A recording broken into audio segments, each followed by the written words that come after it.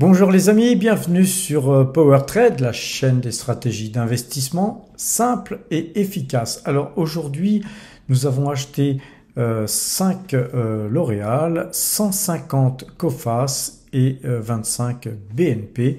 L'histoire a un petit peu d'étoffer un peu notre portefeuille puisque nous avions eu un signal d'achat sur le CAC 40, donc on regardait un petit peu quelle valeur pouvait revenir dans notre portefeuille. Voilà, nous avons fait un choix sur ces trois sociétés. Petite ligne qui représente chacune 0,17% pour L'Oréal et la Coface et 0,13% sur BNP en termes d'allocation d'actifs. Alors ce portefeuille baisse un petit peu aujourd'hui car on a pas mal de valeurs à la baisse et notamment Total Énergie qui est notre plus grosse ligne. Alors ce portefeuille gagne néanmoins 6,39% depuis le début de l'année et c'est 72 475 € qui sont donc engrangés depuis le 1er janvier 2024. Alors, à quel prix avons-nous acheté ces actions? Alors, les actions L'Oréal pour 5 titres, pour une quantité de 5, qui ont été exécutés à 408,95 €. C'est ensuite 150 Coface qui ont été exécutés à 14 € pile poil et puis 25 BNP Paribas exécutés à 64,48 €.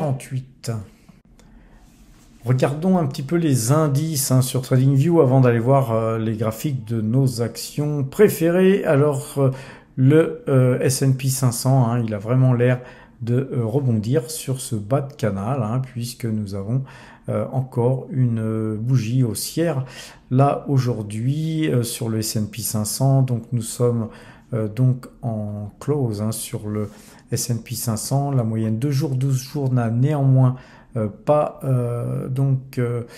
croisé. Par contre, algorithmes sont à l'achat sur le S&P 500. Voilà, par contre, voilà, en tout cas, nous sommes surtout dans un joli canal haussier sur le S&P 500. Le DAX, quant à lui, on a un signal d'achat moyenne 2 jours, 12 jours, en plus d'avoir nos algorithmes à l'achat. Donc le DAX est lui, bien sûr, acheteur. Concernant le CAC 40, là c'est beaucoup plus flou les amis, c'est flou car on est dans ce range jaune là, vous voyez qu'on est en train de taper sur ce plus bas, de revenir sur ce plus haut, de revenir sur le plus bas, de revenir sur le plus haut et ainsi de suite. Et là on est en milieu de canal avec des algos à l'achat, peut-être d'ailleurs est-ce un faux signal. La moyenne 2 jours, 12 jours, elle n'a pas croisé puisque nous sommes en open. Et en open, si mes souvenirs sont bons, elle n'a pas croisé de peu. On est vraiment à 2 points et quelques près. Mais voilà, elle n'a toujours pas croisé. Alors, la question est pourquoi avons-nous acheté du L'Oréal? Alors, premièrement, c'est une valeur qu'on traite régulièrement. Rappelez-vous, on l'avait acheté ici dernièrement à 392,20. On avait vendu à 453,45. On l'avait racheté ensuite à 424,95 pour la revendre à 439,80.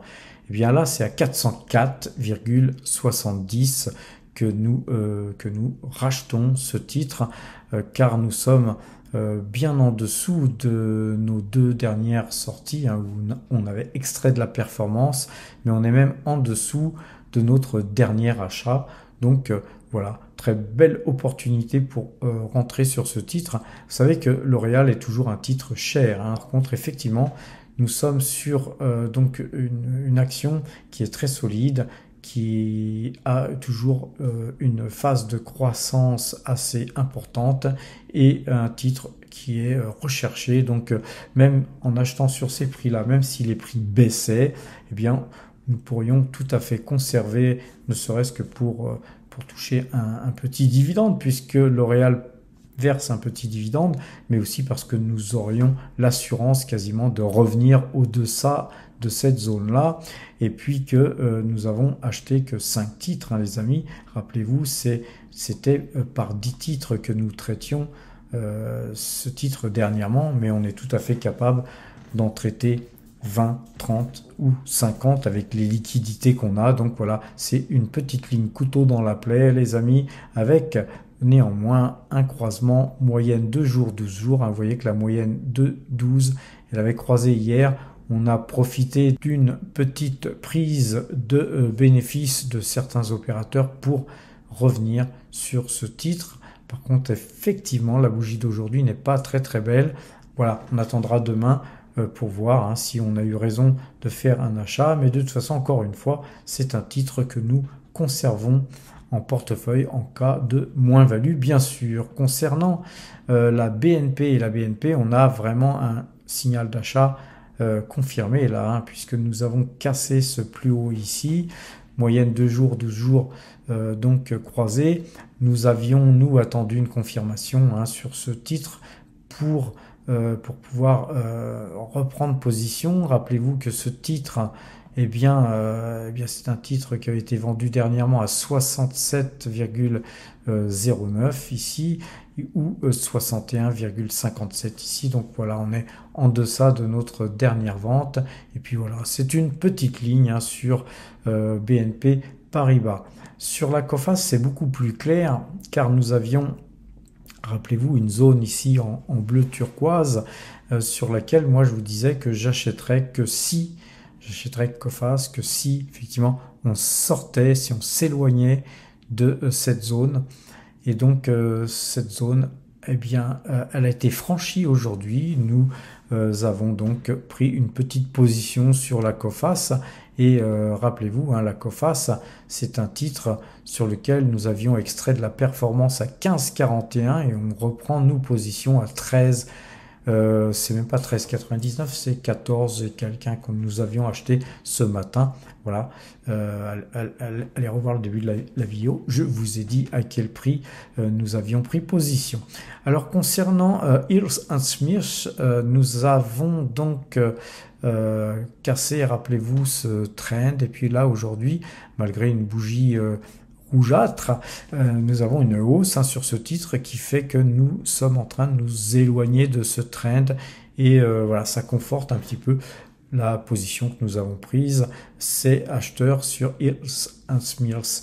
Et donc Rubis, maintenant Rubis, nous avons pris une petite position hein, dernièrement et vous voyez que nous avions pris une position, je n'ai pas noté les cours, mais en deçà hein, de notre zone de vente ici, puisqu'on avait vendu à 33,30 et je ne sais plus à combien on avait acheté hier, 28 et quelques, mais en tout cas, voilà, on a pris une position acheteuse à bon compte sur Rubis. Sur Total, par contre, je pense qu'on a vraiment eu raison d'extraire de la performance. Ça me dit rien ce graphique, hein. On vient de recasser ce trend blanc par le bas, on est toujours dans ce canal baissier. Donc voilà pourquoi nous avons allégé notre position sur Total Energy, qui est une très très belle société hein, qui verse un dividende trimestriel. Elle a tout pour elle, mais graphiquement, eh bien, en plus, en vue de la conjoncture politique intérieure au pays, eh bien Total Energy, eh bien, elle souffre, et bien puisqu'elle souffre, eh bien nous avons extrait de la performance. On reviendra ultérieurement, bien sûr, sur ce titre. Concernant Pan African Resources, aujourd'hui, belle bougie avec 0,94% de hausse. Vous voyez qu'on rebondit hein, sur ce trend, hein, puisque déjà hier nous avions fait un plus bas, ce qui nous avait permis de tracer ce trend, et puis aujourd'hui on a ouvert un peu plus bas que ce trend, légèrement plus bas, donc ce qui va nous encourager à retracer ce trend. Voilà, il est retracé et donc on rebondit là-dessus. On verra bien demain ce que fera ce titre sur lequel nous avons jeté notre dévolu. Allez voir hein, sur powertrade.fr, il y a un article Pan African Resources qui a été écrit sur cette valeur. Concernant Barrick Gold, hein, on a donc, comme je vous l'avais dit hier, franchit légèrement ce trend là violet, et puis voilà, on rebondit. Alors ce trend violet, hein, ça pourrait être une zone, hein, ça pourrait être un trend beaucoup plus épais, et donc faut l'imaginer comme ça, et visiblement on est en train de rebondir sans voir même, on va se mettre quand même en close, sans voir même la moyenne 2 jours, 12 jours croisée, hein. Vous voyez qu'on est toujours acheteur sur ce titre, et Barrick Gold, hein, c'est un titre que nous avions acheté plus bas que les cours actuels, hein. On avait fait feu 5 fois de suite, hein, sur ce titre que nous conservons précieusement. Concernant Bumitama, eh bien aujourd'hui il se passe rien sur ce titre, hein. On fait 0% de hausse. Et par contre, on a eu une velléité de hausse, hein, aujourd'hui, mais en vain, on a clôturé avec 0, hein, 0 de baisse, 0 de hausse. Concernant Egg Autoliner, une journée pour rien avec moins 0,33%. On est toujours dans une dynamique haussière avec là un croisement de moyenne 2 jours, 12 jours. On conservera bien sûr nos actions Egg Autoliner. Concernant Nvidia, eh bien on grappille encore un petit peu de terrain aujourd'hui. On dirait bien que ce titre recherche à faire un petit croisement de moyenne 2 jours, 12 jours avec donc une petite bougie, hein, aujourd'hui, mais la bougie n'est pas encore clôturée, hein. Le marché américain continue de tourner, donc on attendra ce soir, hein, pour voir comment est la bougie, mais visiblement ça a l'air assez sympathique. Concernant Tesla, eh bien prise de bénéfice sur Tesla, voilà, on est à 248,10 là au moment où je vous parle. On est encore loin, hein, de nos 190,20 et des 168,66 sur lesquels nous avions acheté ici. Donc on est très en sécurité sur ces deux achats ici. Par contre ici, hein, les titres achetés à 245,66, on est quasiment dans la monnaie, on ne gagne pas grand chose. Mais on conservera néanmoins nos titres Tesla, comme on conservera nos titres Taiwan Semiconductor, malgré la cassure, hein, de ce trend. Et peut-être qu'il y a eu une cassure, mais on voit bien que les cours ont tendance à vouloir remonter, hein. Il y a des velléités de hausse sur Taiwan Semiconductor, et c'est un titre très sympathique que nous conserverons bien sûr dans notre portefeuille. Concernant Google, eh bien vous voyez qu'on a là aussi la même configuration que sur Taiwan Semiconductor. On attendra un croisement moyenne 2 jours, 12 jours pour acheter des titres Google sur le portefeuille débutant. Les amis, hein, ça fait longtemps qu'on l'a pas vu, le portefeuille débutant, parce qu'on n'a rien fait, mais là on commence à avoir du cash sur ce portefeuille. Demain, hein, si croisement il y a, ou après-demain, qui sait, eh bien nous achèterons un peu de Google, hein, puisque c'est une excellente valeur qui mérite, hein, de figurer dans un portefeuille débutant, d'autant que elle est pratiquement sans risque. Et puis aussi, elle verse un dividende depuis peu.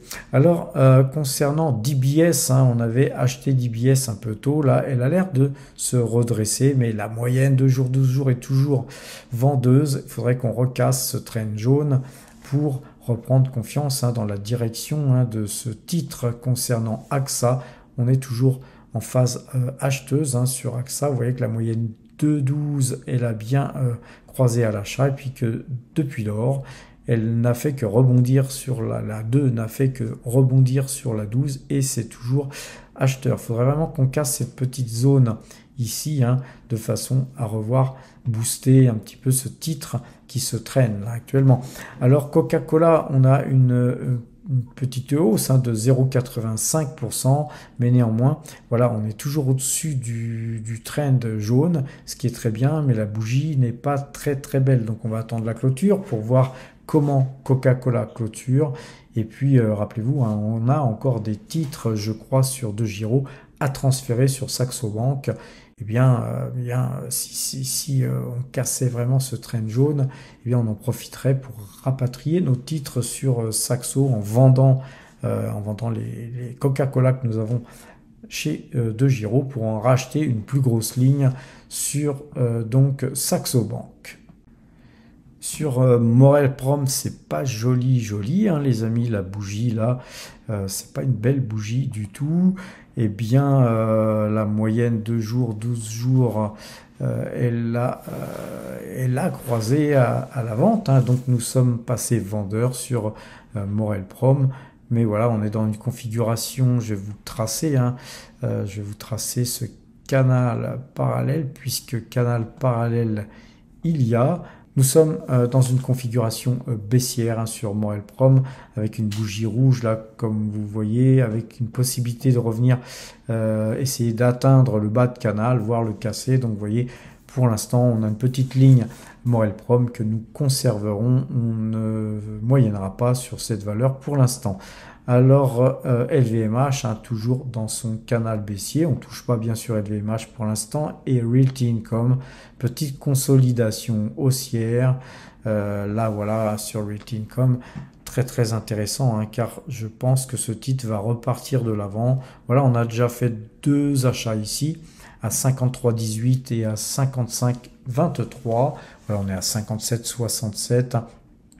On va voir, hein, on va voir, peut-être que, pourquoi pas, hein, si on sent que ce titre continue à tirer, on pourrait continuer à étoffer notre ligne existante. Concernant SO, eh bien nous on attend, hein, les amis, on attend comme des vautours, on tourne autour des SO, et puis voilà, donc ce qu'on souhaite c'est racheter ce titre en dessous de 160,75. Eh bien on est à 164,6. Là, on a une petite chance, hein, de voir ce titre revenir rejoindre son canal baissier. Eh bien nous, on attend, on espère vraiment pouvoir racheter du SO à bon compte. Concernant la Française des Jeux, eh bien voilà, on ne fait rien sur la Française des Jeux. On est dans une configuration qui est plutôt vendeuse, hein, malgré que la moyenne 2 jours, 12 jours, eh bien, elle n'a pas coupé, elle est toujours acheteuse, mais je pense que ça ne saurait tarder. Donc pour l'instant, on s'abstiendra, hein, de tout achat sur ce titre. Concernant ST Microélectronique, toujours vendeur, hein, sur cette valeur, je vous encourage, les amis, à faire attention et à attendre, hein, soit un petit rebond sur ce trend blanc, soit si ce trend blanc est cassé, tout simplement d'attendre de meilleurs prix, car je pense que vu la conjoncture, on risque, pourquoi pas, je vais vous dire des zones sur lesquelles on pourrait aller sur ce titre. Je pense qu'on pourrait, pourquoi pas, aller sur les 30 euros, hein, 30 euros et quelques. On pourrait acheter un petit peu avant, si moyenne 2 jours, 12 jours, croisée, hein, bien sûr. Sur GTT, on attend, hein, vous voyez qu'on était déjà acheteur ici sur ce titre un peu plus haut, hein, légèrement plus haut. Et on dirait bien que ce titre, hein, est en phase haussière, puisque nous avons un croisement de moyenne mobile 2 jours, 12 jours ici, et qu'on ne fait que de rebondir sur cette moyenne. La 2 ne croise jamais la 12 depuis, en gros, depuis le 26 juin. Hein, et donc, très belle configuration sur GTT. Nous conservons bien sûr notre pause. Alors regardons notre watching list, hein, les valeurs qui nous intéressent le plus actuellement, c'est donc Géo Énergie. Vous voyez qu'on a une configuration qui ne se prête pas à l'achat là actuellement. La moyenne de 12 en plus, elle vient de croiser, mais attendez, on va se mettre en close. Et en close, eh bien oui, elle est croisée, hein, elle a croisé depuis quelques jours. Donc de toute façon, on est plutôt vendeur sur le titre. On attendra avant de faire feu, hein. On attend, nous, on n'est pas en position sur Géo Énergie. On aimerait l'être, mais au meilleur prix. Donc nous attendons. Concernant Parex Resources, rappelez-vous, un titre sur lequel j'avais passé mon tour, hein, sur des achats ici. On a encore passé notre tour ici, et c'est très bien, hein, car nous avons là une bougie là qui est en train d'attaquer ce trend, et ce trend est très puissant, les amis, hein. On a une configuration très très puissante ici. C'est un canal haussier, hein, qui vient là du 26 mars 2020. Et donc c'est très fort tout ça, hein. Si on venait à casser ça, eh bien ça serait cool, hein, pour nous, hein, puisqu'on n'est pas sur la valeur, on attendrait de pouvoir ramasser, pourquoi pas, sur ces plus bas ici, hein, sur 18, 26, hein, quelque chose du genre. Donc on étudiera à ce moment-là, hein, pour l'instant. En tout cas, on observe les amis et surtout, eh bien, on ne touche pas à ce titre, hein. Bon, évidemment, on pourrait très bien, vu qu'il y a une bougie qui vient toucher aujourd'hui ce trend, on pourrait se dire ça va rebondir et puis donc achetons maintenant. Surtout pas les amis, c'est vraiment pas des choses à faire car quand il y a une pression vendeuse comme ça, eh bien souvent, hein, le trend, eh bien il risque de céder et donc nous on ne cède pas à la tentation justement. Alors concernant Champion Iron Limited, je vous avais parlé de cette valeur qu'on surveille aussi. On pourrait effectivement se dire que qu'on aurait pu acheter à bon compte aujourd'hui parce qu'on a vraiment pas mal baissé par rapport à ces plus hauts ici, mais la configuration ne me plaît pas du tout. Là, on a une zone ici qu'il faudrait absolument pas casser, c'est 5,85. Donc, vous voyez que nous, on surveille ce titre pour l'acheter, mais c'est pas parce qu'il baisse que nous nous jetons dessus, hein, car nous sommes vraiment en phase baissière. On pourrait tracer un canal baissier sur Champion Iron Limited. Regardons le Crédit Agricole qui est parti sans nous les amis. Le Crédit Agricole s'envole. Eh bien écoutez, hein, temple des regrets et puis point barre, hein, c'est pas grave, on est sur d'autres valeurs, on a beaucoup de cash. Et bien on pourra acheter autre chose que du Crédit Agricole ou si le Crédit Agricole se mettait à rebaisser, on pourrait et bien sûr revenir dessus. Mais pour l'instant sur ces prix-là, j'ai pas du tout envie de me charger de cette valeur. Voilà les amis, je vais vous souhaiter une bonne fin de soirée, portez-vous bien et à demain.